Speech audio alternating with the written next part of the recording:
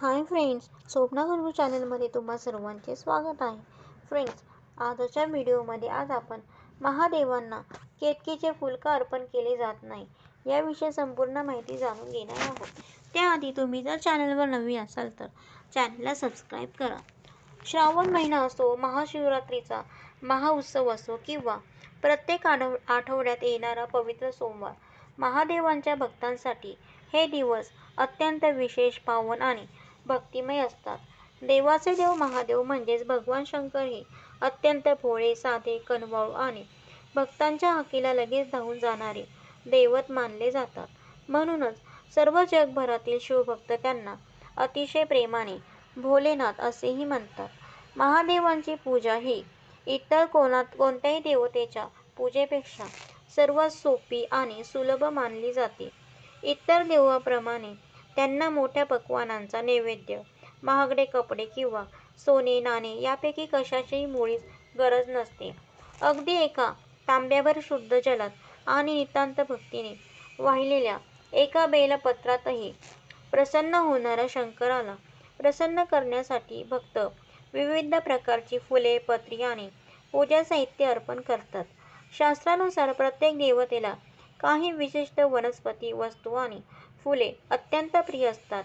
महादेवालाही त्यांच्या आवडीची फुले वाहिली की ते भक्तांवर लगेच प्रसन्न होतात आणि त्यांच्या आयुष्यातील सर्व प्रकारची दुःखे, अडचणी आणि संकटे दूर करून मनोकामना पूर्ण करतात. असा आपल्या प्राचीन धार्मिक ग्रंथांमध्ये स्पष्ट उल्लेख आहे. मात्र आपल्या शास्त्रामध्ये पूजेचा एक सुवर्ण नियम सांगण्यात आला आहे. पूजेत कोणत्या गोष्टी अर्पण कराव्यात हे जाणून घेणे जितके महत्त्वाचे आहे तितकेच किंवा त्याहून अधिक महत्त्वाचे हे जाणून घेणे आहे की कोणत्या गोष्टी पूजेत अजिबात वापरू नयेत. बऱ्याचदा केवळ माहिती नसल्यामुळे, अज्ञानाने किंवा ते फूल खूप सुंदर आणि सुवासिक दिसते म्हणून आपण नकळत असे एखादे फूल महादेवाला वाहतो, ज्यामुळे आपल्याला पूजेचे पुण्यफळ मिळण्याऐवजी मोठा शिवदोष किंवा पूजाभंग दोष लागू शकतो. अत्यंत कमी लोकांना हे माहीत आहे की निसर्गात उपलब्ध असलेले एक अत्यंत सुंदर, सुवासिक आणि आकर्षक फूल असे आहे जे महादेवाला अर्पण करणे शास्त्रानुसार पूर्णपणे निषिद्ध आणि वर्ज्य मानले गेले आहे. आज आपण या संपूर्ण विषयाचा धार्मिक, वैज्ञानिक आणि पौराणिक दृष्टिकोनातून सविस्तर आढावा घेणार आहोत. भगवान शंकराला अत्यंत प्रिय असलेली फुले आणि त्यांचे चमत्कारिक फायदे. शिवपुराण, लिंगपुराण आणि इतर अनेक धार्मिक ग्रंथांनुसार भगवान महादेवाला अशी फुले आवडतात जी स्वभावाने थोडी वेगळी असतात, ज्याचा वापर इतर देवांच्या पूजेत फारसा केला जात नाही. महादेवाला प्रिय असलेली काही प्रमुख फुले आणि त्यांची आध्यात्मिक महत्त्व. बेलपत्र आणि बेलाचे फळ. महादेवांची पूजा बेलपत्राशिवाय पूर्णच होऊ शकत नाही. त्रिदल, त्रिगुणाकार, त्रिनेत्र च त्रयायुधम असे म्हणत आपण त्रिनेत्री महादेवाला बेलपत्र अर्पण करतो. परंतु बऱ्याच लोकांना हे माहीत नाही की बेलपत्रासोबतच बेलाच्या झाडाला येणारी छोटी, पांढऱ्या फिक्कट रंगाची सुवासिक फुले जर आपण महादेवाला वाहिली तर घरातील सर्व प्रकारचे वास्तुदोष नष्ट होतात आणि घरात कायमस्वरूपी लक्ष्मीचा वास राहतो. धतुऱ्याचे फूल. धतुरा हे फळ आणि धतुऱ्याचे फूल महादेवाला अत्यंत प्रिय आहे. पांढऱ्या किंवा हलक्या जांभळ्या रंगाचे धतुऱ्याचे फूल शिवलिंगावर अर्पण केल्याने भक्ताच्या मनातील सर्व प्रकारची भीती, मानसिक तणाव, शत्रुबाधा आणि वाईट स्वप्नांपासून मुक्ती मिळते. तसेच ज्यांच्या वैवाहिक जीवनात सतत वादविवाद असतात त्यांनी सोमवारी हे फूल वाहिल्यास नातेसंबंधात गोडवा येतो. रुईचे फूल म्हणजेच आकड्याचे किंवा अर्क फूल. निळ्या आणि पांढऱ्या रंगाची रुईची फुले महादेवाला अर्पण करणे अतिशय शुद्ध मानली जाते.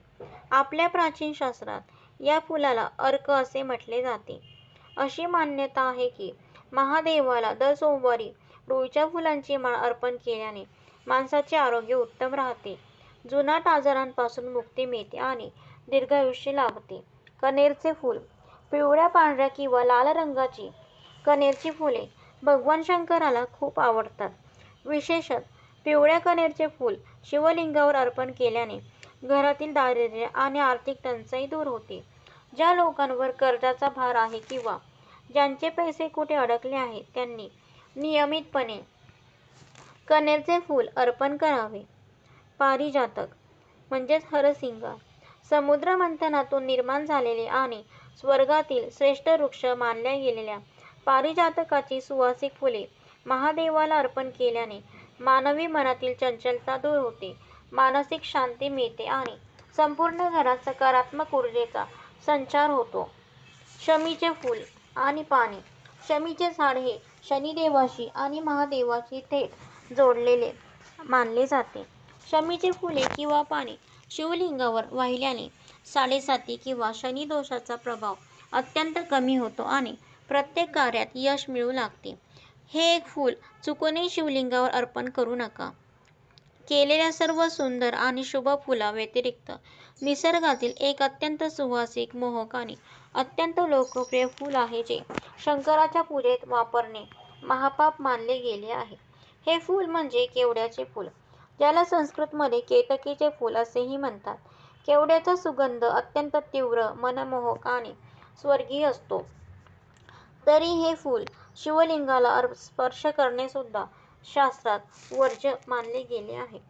पौराणिक कथेनुसार केवड्याच्या फुलाने एका मोठ्या असत्यात साथ दिल्यामुळे महादेवाने स्वतः त्याला शाप दिला आहे.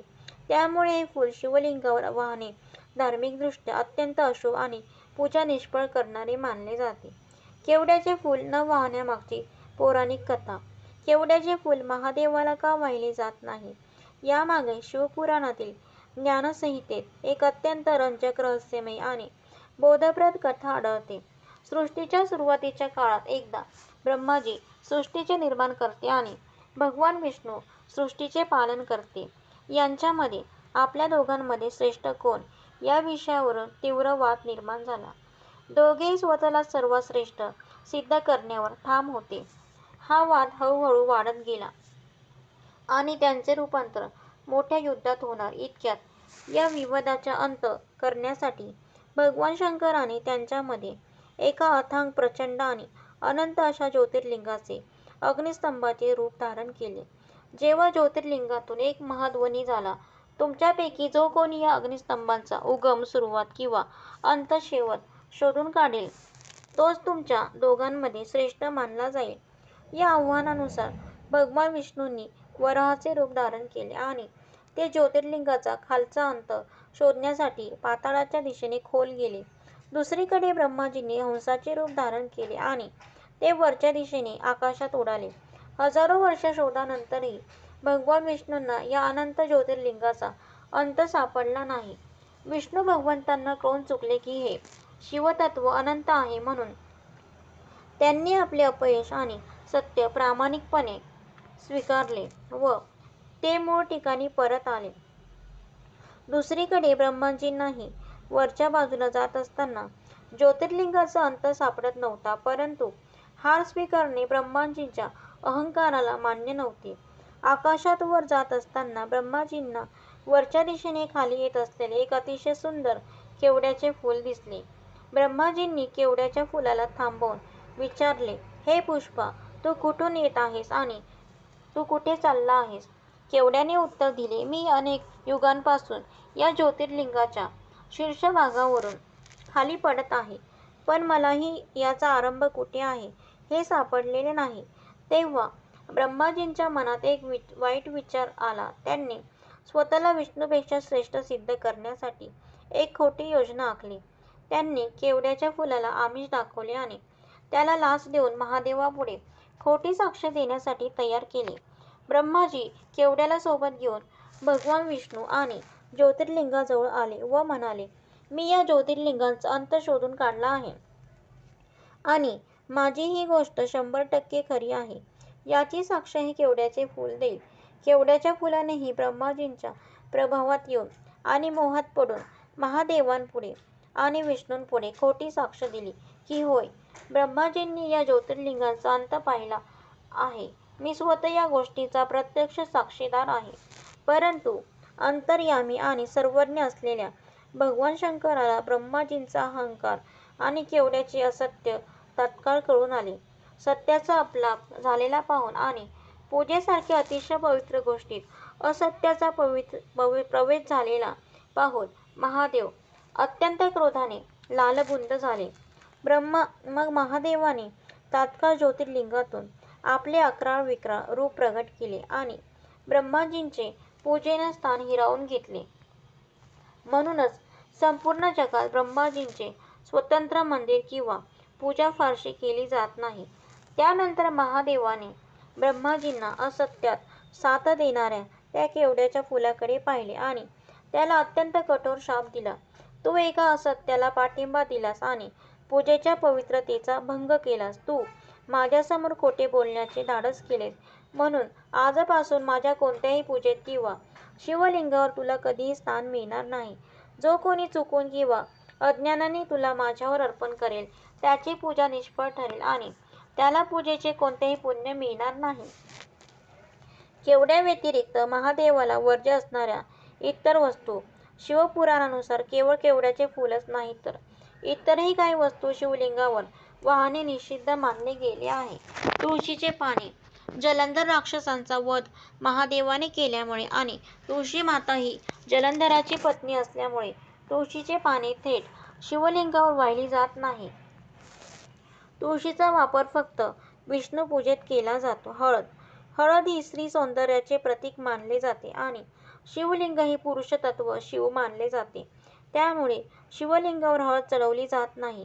केवळ पार्वती मातेच्या किंवा जलाधारीच्या पूजेत हळद वापरतात.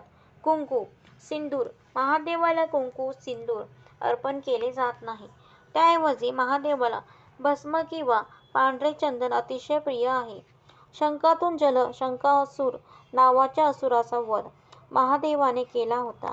त्यामुळे शंखातून महादेवाला जल अर्पण केले जात नाही. तुटलेले तांदूळ महादेवाला अक्षता अर्पण करताना ते अखंड असावेत. तुटलेले किंवा मोडलेले तांदूळ कधीही वाहू नयेत. पूजेच्या वेळी काय काळजी घ्यावी? धार्मिक नियमानुसार शिवपूजेच्या वेळी केवड्याचे फूल, केवड्याची पाने किंवा केवड्याचे अत्तर शिवलिंगाला स्पर्श करणेही टाळावे.